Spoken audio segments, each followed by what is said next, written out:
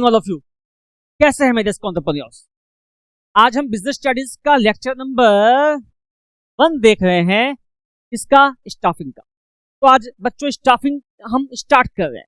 Staffing क्या होता है? स्टाफिंग दुनिया का सबसे ड्रास्टिक, सबसे एनर्जेटिक, सबसे लॉजिकल चैप्टर है। स्टाफिंग से बड़ा कोई चैप्टर हो ही नहीं सकता। पूरी दुनिया की बता रहे हैं बात, क्योंकि इंसान को मैनेज करना दुनिया का सबसे टफ काम है, सबसे लॉजिकल काम है, और यही काम बाकी सारे काम को अरेंज कर। तो स्टाफिंग आज हम सीखने वाले हैं। एक ड्रास्टिक चैप्टर है, एक लॉजिकल चैप्टर है, मोस्ट वांटेड चैप्टर है, one of the favourite chapter of CBSE है। आओ समझते हैं स्टाफिंग क्या होता है। आओ समझते हैं स्टाफिंग क्या होता है। चलो मूविंग फॉरवर्ड। तो स्टाफिंग क्या है देखना, मैं क्या कह रहा हूं सबसे पहले समझना स्टाफिंग क्या होता है। मैं आपको समझाता हूं। एक नॉर्मल भाषा में अगर हम स्टाफिंग को लिखें तो क्या है? Putting the right person at right job at right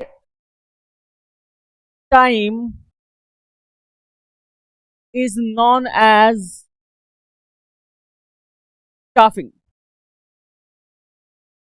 Is known as staffing. Putting the right person, putting the right person, putting the right person at right job. सही आदमी को सही काम दे दो, सही समय पे दे दो, उसे हम स्टाफिंग कहेंगे। उसे हम स्टाफिंग कहेंगे। एक लेमन लैंग्वेज में यही भाषा है।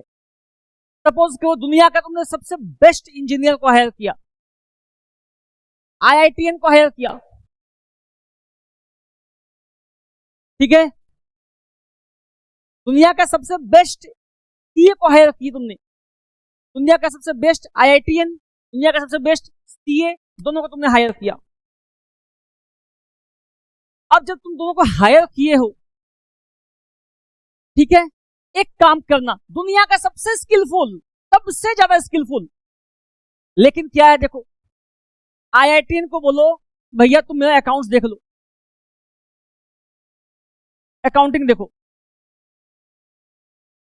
और सीए को बोलो तुम मेरा क्या है, मशीन खराब हो गया सर, मशीन ठीक कर दीजिए ना, क्या क्या टूल्स होंगे, क्या क्या स्पेयर पार्ट्स होंगे, क्या देख लो ना, because you are the most skilled person in the world. तुम दुनिया के सबसे स्किल्ड पर्सन हो, देखो ना प्लीज।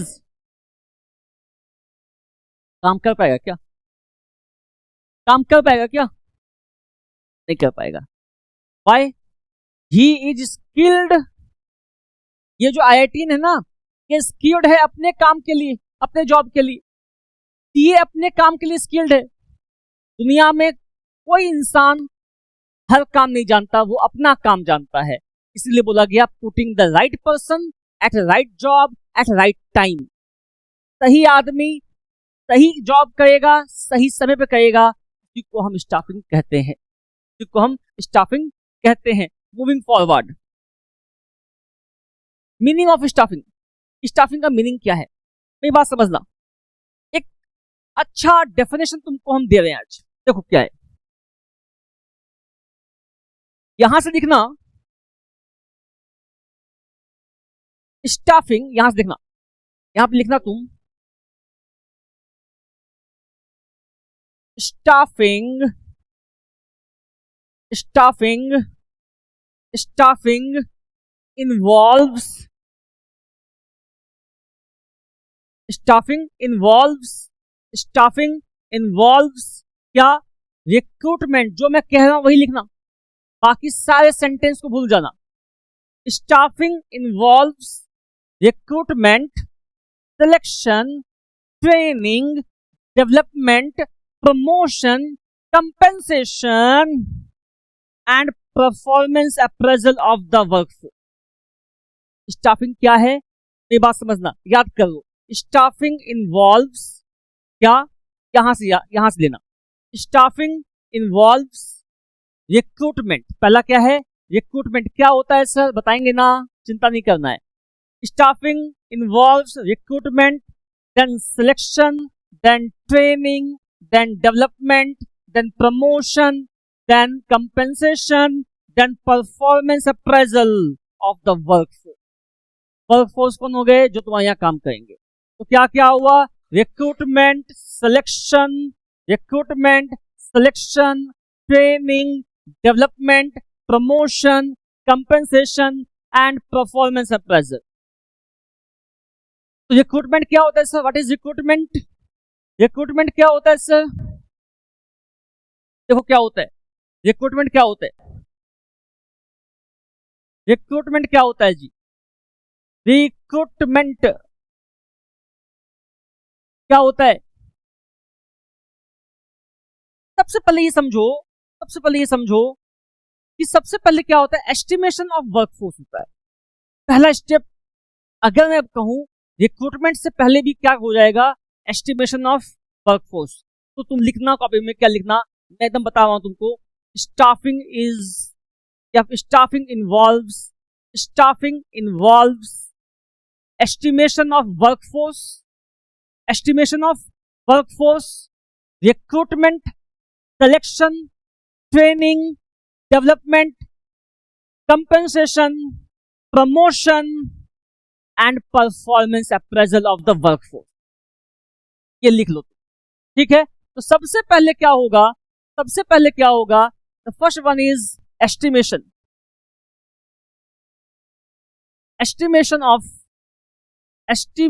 of workforce।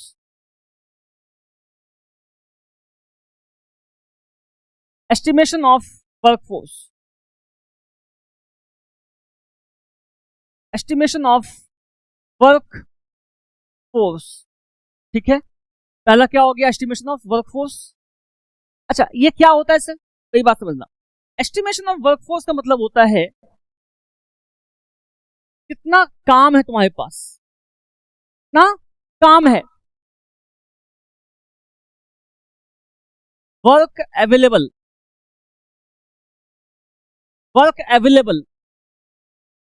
नेक्स्ट क्या है? नेक्स्ट है work force available, work force available.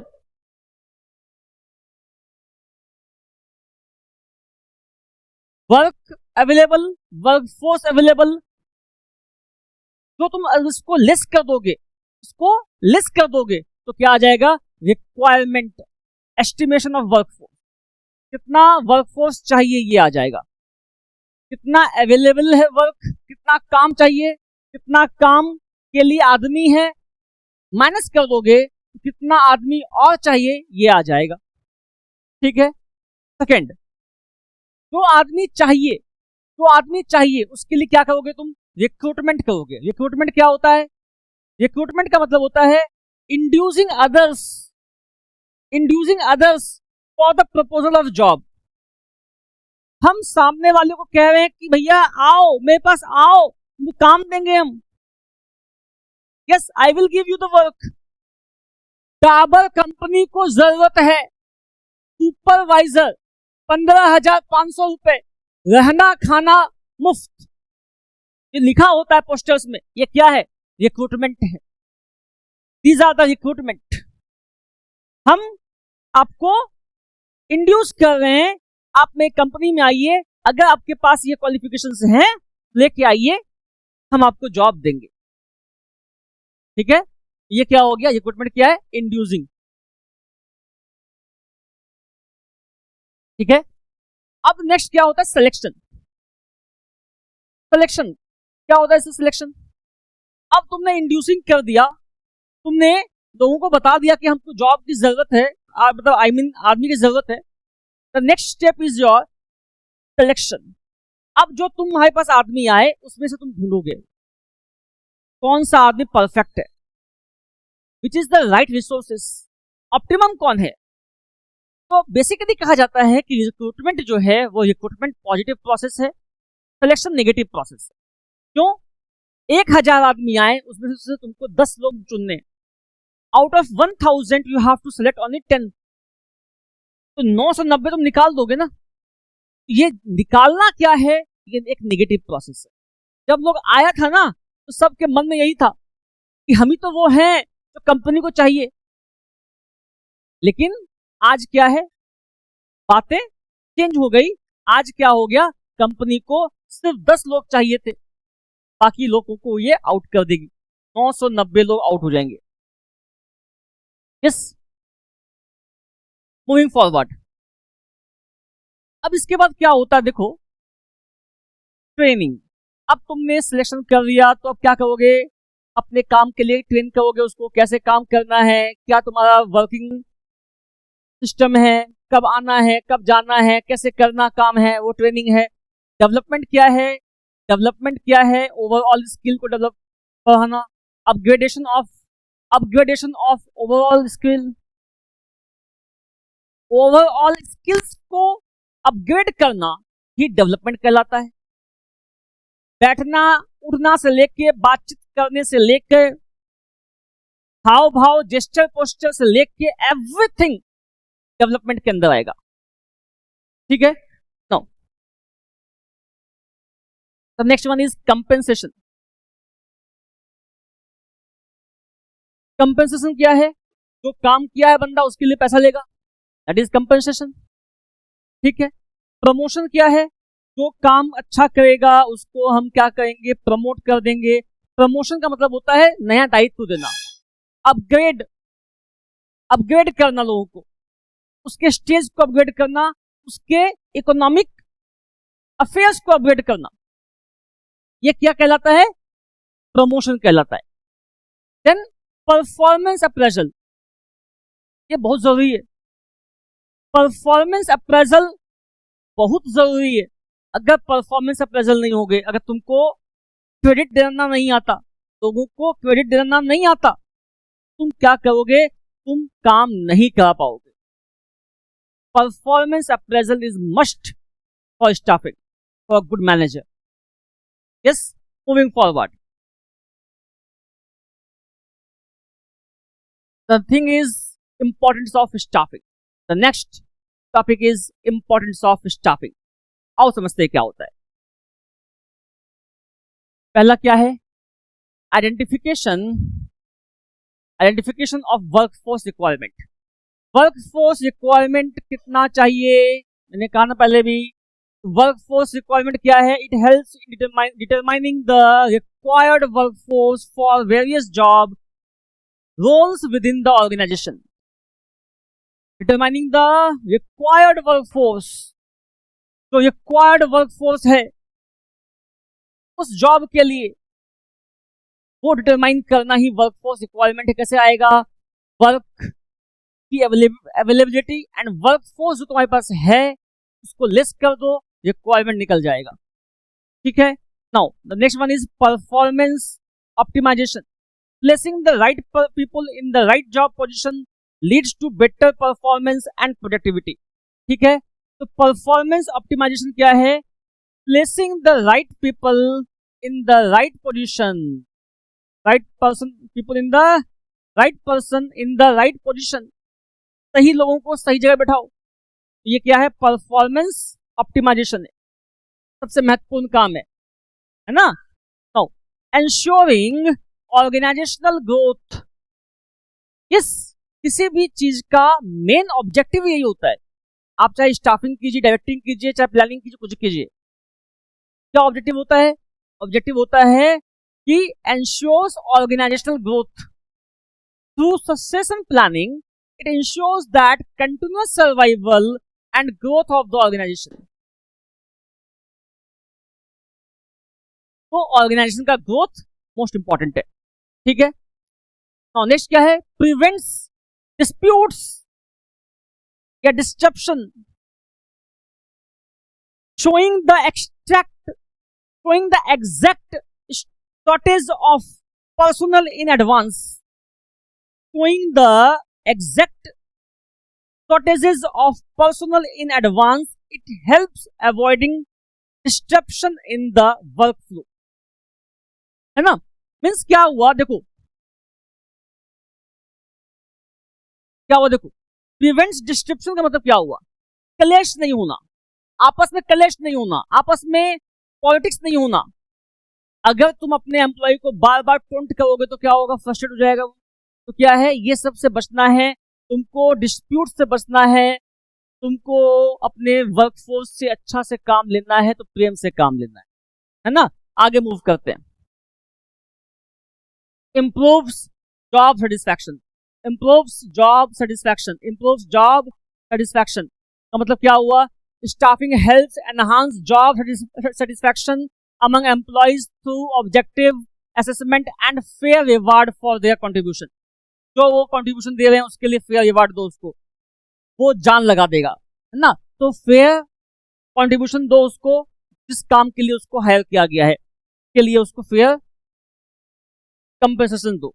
Now benefits of staffing क्या क्या है, बेस्ट कैंडिडेट सिलेक्शन, इसमें तो कोई बात ही नहीं है। बेस्ट कैंडिडेट सिलेक्शन क्यों, स्टाफिंग का पर्पस ही है कि सबसे बेस्ट बेहतर इंसान को लेके आएंगे अपने यहाँ। यस, इंक्रीज इफिशियंसी, अपने ऑर्गेनाइजेशन का इफिशियंसी को इंक्रीज कर देंगे। मुझे याद आता है 90 का दशक था और इन्फोसिस ने हायर किया था one of the best CEO को, विशाल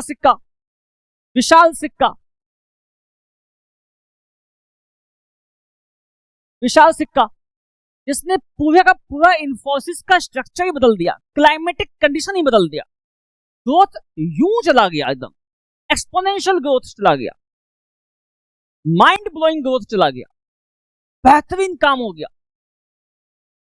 यस, तो क्या है इंक्रीज्ड एफिशिएंसी में क्या है कि विशाल सिक्का क्या था बता देते हैं। विशाल सिक्का कौन है, एक्चुअली इन्फोसिस के सीईओ थे कौन, नारायण मूर्ति।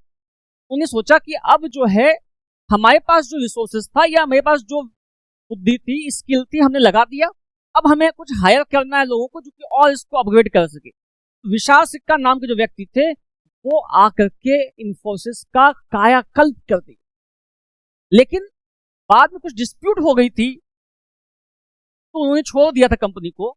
लेकिन फिलहाल यही समझो कि हमें क्या करना है, स्टाफिंग का मतलब क्या है, increase the efficiency। Now, growth opportunities, an organization has better growth prospects when the best candidates are chosen। जब सही कैंडिडेट आते हैं ना आपके यहाँ तो आपका ग्रोथ निश्चित हो जाता है, कि एम्प्लॉइज ही जो है वो आपके हैंड्स हैं, वही आपको सक्सेस स्टोरीज दिखाएंगे। यस, इसीलिए जो है आपको अपने एम्प्लॉइज के साथ मिलकर चलना चाहिए। इफेक्टिव मैन पावर प्लानिंग, मैंने कहा ना दुनिया का सबसे टफ काम है, सबसे लॉजिकल काम है management of manpower planning. Effective manpower planning क्या है, staffing aids in proper manpower planning and utilisation, ensuring that vacancies are filled and efficiency is maintained। Means हमें जो आदमी चाहिए जिस काम के लिए, वो आदमी हमको मिल जाए अच्छा से, with full efficiency, with full power, और मेरे काम को बढ़िया से कर दे, मेंटेन कर दे। ऑर्गेनाइजेशनल हार्मनी, आपकी ऑर्गेनाइजेशन में हार्मनी मेंटेन रहे, डिस्प्यूट नहीं हो, हाँ, आपकी ऑर्गेनाइजेशन में ईगो फैक्टर नहीं आए, सही से सारा फंक्शन अच्छा से अच्छा काम करता चला जाए, ठीक है। Now, the most drastic topic is staffing as a part of human resource management। Human resource management का एक पार्ट है staffing। तो staffing as a part of human resource management, human resource management एक broader term है, एक बड़ा term है जो आप MBA में सीखेंगे, उसका एक पार्ट है staffing। आओ आज देखते हैं staffing क्या होता है, राइट? आओ समझते हैं क्या है staffing। कहता है this function is performed by the managers। Manager ही इस इसको परफॉर्म करते हैं। यस भाई, यस, HR ही करेगा, और कौन करेगा, ह्यूमन रिसोर्स मैनेजमेंट करेगा। In this the people are the resources are motivated and made with the goals and objectives of the organization. अरे भैया, अरे भैया, अरे भैया, people are motivated. अरे पीपल को तो मोटिवेट करना है, और कौन किसको करेंगे हम? पीपल को तो मोटिवेट करना है। अगर पीपल मोटिवेट हो गए तो सब कुछ हो गया। फिर समझो तुम्हारे यहां ऑटोमेटिक काम होता जाएगा, भयानक काम होता जाएगा, तुम जमीन से आसमान तक छू लोगे। सिर्फ मोटिवेशन चाहिए, लोगों को मोटिवेशन चाहिए। स्टाफिंग का मेन सोर्स क्या है? पहला बात क्या है?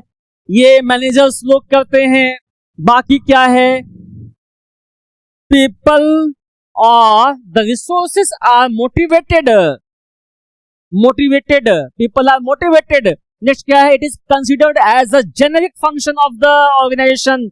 जेनेरिक फंक्शन का मतलब क्या हुआ? हर ऑर्गेनाइजेशन में चाहिए, जितने भी ऑर्गेनाइजेशन है सब में चाहिए। जेनेरिक फंक्शन है, यूज टू है, सबके लिए चाहिए, ठीक है, स्पेसिफाइड किसी के लिए नहीं है। Yes, moving forward in this the people और द रिसोर्सेस आर मोटिवेटेड। ये तो हो गया अपना। It is considered as the generic function, ये हो गया। The performance of an organisation, the performance of an organisation is highly dependent upon the performance and efficiency of the human resource। मैंने कई बार कहा ना, human resource ही सब कुछ है भैया, इसके अलावा कुछ भी नहीं है। human resource ही सब कुछ कर सकता है आपके लिए। The success in achieving the goal and objectives of the organization is also dependent on the level of motivation। level of motivation जो है, जो motivation चाहिए आपको, वो motivation का level, determination and competence of the employee. आपके यहाँ जो एम्प्लॉई है ना, वो क्या है? देखो क्या है, बताते हैं, फिर सुनो इस बात को, सुनो। कहता है क्या? The success in achieving the goal and objectives of the organisation is also dependent on the level of motivation, determination and competence of the employee. आपके यहाँ जो एम्प्लॉई काम कर रहे हैं उसका मोटिवेशन लेवल क्या है, उसका कंपिटेंस क्या है, मतलब कितना पढ़ा लिखा है, स्किल क्या है, मोटिवेशन क्या है, और उसका डिटर्मिनेशन क्या है भैया, उसका डिटर्मिनेशन क्या है? काम करके तोड़ देंगे, फोड़ देंगे। 100 रुपया मिले तुम 1000 का काम करो। मैं कह रहा हूं तुमको, अगर तुम्हारे अंदर ये पोटेंशियल है, तुम 100 रुपया लेके 1000 का काम कर सकते हो। दुनिया तुमको हरा नहीं सकती, मैं तुमको बता रहा हूं। किसी भी ऑर्गेनाइजेशन में जाओ, 100 रुपया मिले 1000 का काम करके आओ, तुमको दुनिया 50 लाख रुपया देगी। बिकॉज एंटरप्रेन्योरशिप तुम्हारे अंदर है कि जहां बैठेंगे उसे स्वर्ग बना देंगे। अगर तुम्हारे अंदर ये इल्म आ गया तो तुमको बड़ी बड़ी कंपनी खींच लेगी। फिर 100 रुपया मिले 1 लाख का काम करके आओ। Yes, moving forward. अब क्या है? देखो, specialised activities of HRM. HRM क्या क्या एक्टिविटी करेगा, क्या क्या करेगा, वो एक्टिविटी क्या क्या करेगा एचआरएम। देखो क्या है, पहला क्या है? The first one is recruitment. Recruitment समझते हो ना क्या है? Inducing others for the proposal of job. दूसरे को बताएंगे तुम मेरे पास आओ, काम देंगे तुमको। तो क्या है? Searching for qualified individuals and encouraging them to apply for position। ठीक है। जॉब एनालिसिस क्या है? The next one is job analysis. मेरे यहाँ कितना काम है, क्या काम है? Analysis of job roles, collecting relevant information and preparing job description. Means क्या है? Analysing job roles. Job role किसको क्या दें? कलेक्टिंग रेलिवेंट इंफॉर्मेशन कलेक्ट करें, एंड प्रिपेयरिंग जॉब डिस्क्रिप्शन, और जॉब का डिस्क्रिप्शन देखें, क्या चाहिए, कितना चाहिए लोग, कैसे लोग चाहिए, ये सब कुछ। पहला तो रिक्रूटमेंट करना है, सेकंड जॉब एनालिसिस करना है, उसके बाद क्या करना है? कंपेंसेशन प्लानिंग करना है।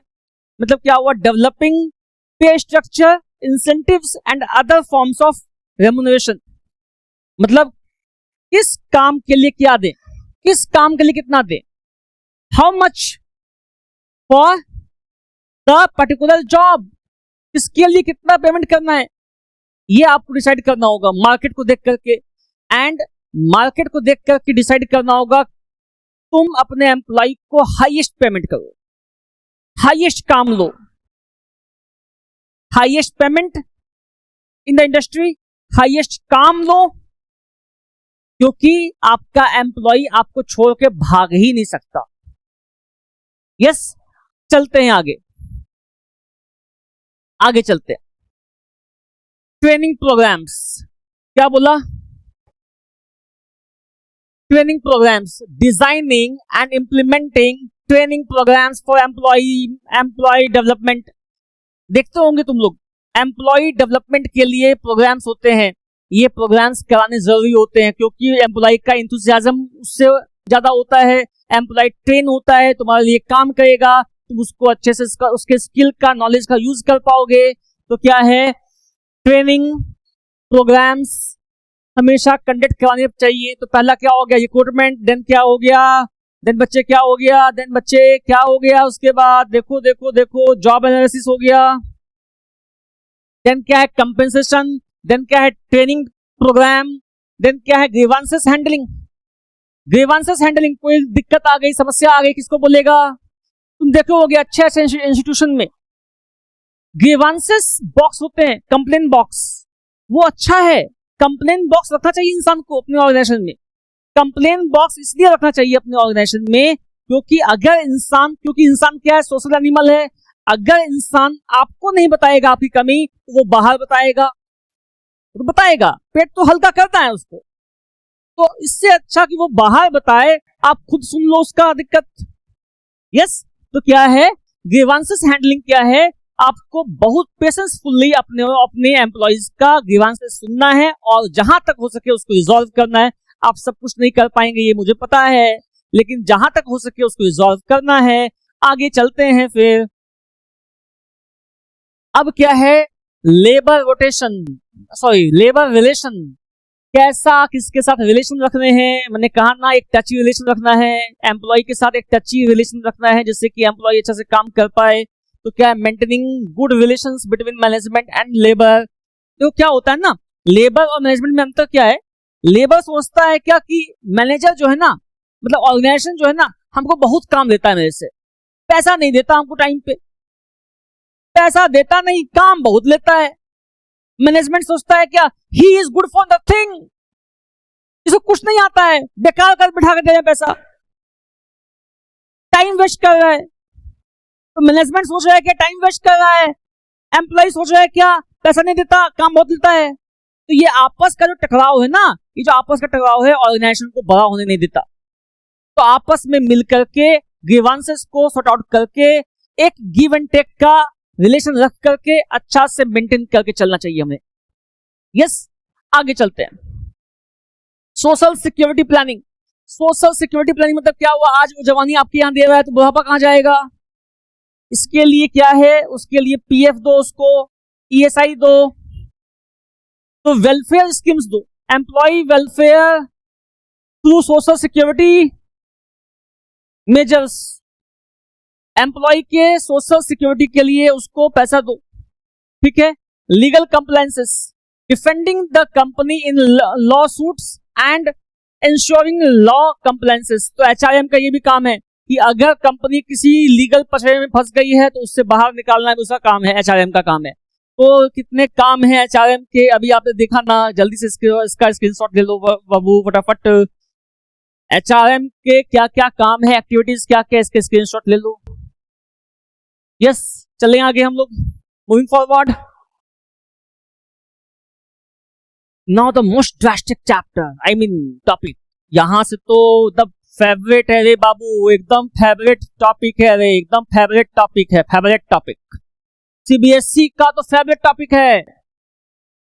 ये टॉपिक आईसीएसई वाले लोग पूछते हैं, ये लोग ये जो स्टेट बोर्ड वाले लोग भी पूछते हैं, ये आता ही आता है। इस बार आया तो अगले बार आ सकता है, अगले बार आया तो परसों अगले बार भी आ सकता है।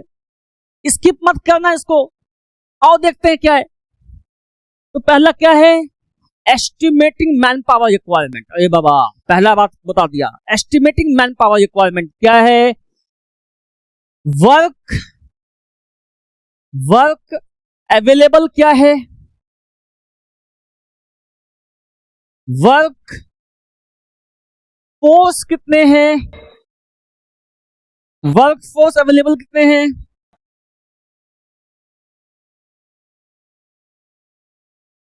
वर्क कितना अवेलेबल है, वर्क फोर्स कितना अवेलेबल है, उसको लेस कर दो तो रिक्वायरमेंट आ जाएगा, एस्टिमेशन आ जाएगा। आपका एस्टिमेशन आ जाएगा, estimation of manpower requirement. ठीक है। Now planning the number of employees needed to fill the various job position. कितना लोग चाहिए, मतलब इसी के अंदर ही आएगा, एस्टिमेशन के अंदर ही है, कितना लोग चाहिए तुमको। Defining the educational qualification, skill set and experience required for the position. उस पोजीशन को पाने के लिए, उस पोजीशन पे काम करने के लिए क्या क्या चीज चाहिए, स्किल कितने चाहिए, क्वालिफिकेशन क्या चाहिए, सब कुछ डिफाइंड होना चाहिए। सब कुछ आपका डिफाइंड होना चाहिए। The next one is recruitment. Recruitment का क्या मतलब हुआ? रिक्रूटमेंट का मतलब ये हुआ कि अब हमने एस्टिमेशन कर लिया, अब एस्टिमेशन के बाद हम कितने लोगों को रिक्रूट करेंगे, आई मीन इंड्यूस करेंगे, लोगों को ऑफर देंगे काम के लिए, वो लोग आएंगे मेरे पास काम खोजने के लिए। ठीक है। तो creating job description, creating job description and advertising vacancies. जो वैकेंसीज हैं उसके लिए हम उसको एडवर्टाइज करेंगे। Attracting a large pool of applications through various channels such as print media, electronic media और इंटरनल पोस्टिंग। मीन्स क्या हुआ? या तो हम प्रिंट मीडिया के अनुसार, या इलेक्ट्रॉनिक मीडिया से, या इंटरनल जो आपके लोग यहाँ काम कर रहे हैं उसके रेफरेंसेस से लोगों को क्या करेंगे, बुलाएंगे अपने पास। आओ आओ, काम है, आओ जल्दी से आओ, काम है, आओ। ठीक है। अब जब लोग आ जाएंगे तो क्या करेंगे, हम उसका सिलेक्शन करेंगे ना।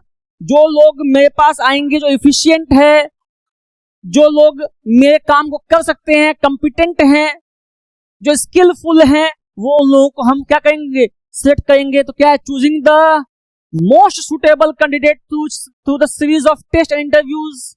तो जिस काम के लिए जिस टेस्ट का उपयोग किया जाता है, उस टेस्ट को करके, इंटरव्यूज को लेकर के हम क्या करेंगे, लोगों को सिलेक्ट कर देंगे। Now ensuring that the organization get the best among all those who applied, है ना। क्या बोला गया, ensuring that the organization gets the best among all those applied। जो भी एप्लीकेशन फॉर्म आया है उसमें से जो बेस्ट लोग हैं उसको हम सिलेक्ट करेंगे। इसका उद्देश्य ये होता है। Moving forward, now the third one is your placement and orientation. एक बार तुमने रिक्रूट किया, फिर सिलेक्शन कर लिया, अब लोग आ गए आपके ऑर्गेनाइजेशन में, क्या करोगे, उसको right person at the right job, सही जगह पे सही इंसान को पुट कर दो। वही क्या है, प्लेसमेंट है। ओरिएंटेशन क्या है, ओरिएंटेशन का मतलब होता है कि लोगों से परिचय कराना, रूल्स रेगुलेशन बताना, जो एग्जिस्टिंग एम्प्लॉई उससे अच्छा कोऑर्डिनेशन बैठाना, ये क्या है, ओरिएंटेशन है।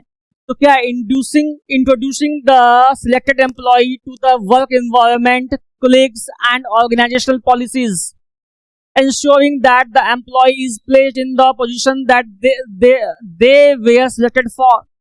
क्या बोला गया कि orientation का मतलब क्या हुआ, मेरी बात समझो। ensuring that the employee is placed in the position they are selected for, जिस स्थान के लिए चुना गया है उस स्थान को पालेंगे वो। ये क्या है, orientation and placement है। orientation क्या हो गया कि लोगों से परिचय कराना, रूल्स रेगुलेशन समझाना। प्लेसमेंट क्या है, सही जगह पे काम कराना, प्लेसमेंट कहलाएगा। नाउ ट्रेनिंग एंड डेवलपमेंट में बार बार कह रहा हूं, इसका स्क्रीनशॉट लेते जाओ, लिखते जाओ, नोटबुक बनाओ। बिना लिखे नहीं हो पाएगा, मैं आपको गारंटी दे रहा हूं। कितना ही पढ़ लो, बिना लिखे नहीं हो पाएगा तुमसे। लिखना भी है। हमारी बुक आ रही है, हम उसमें भर के उसमें क्वेश्चन आंसर्स दे रहे हैं, हम आपको न्यूमेरिक दे रहे हैं, हम आपको पीवाईक्यूज दे रहे हैं। एकदम एक बंडल है, बहुत बढ़िया बुक है, बहुत अच्छी बुक है।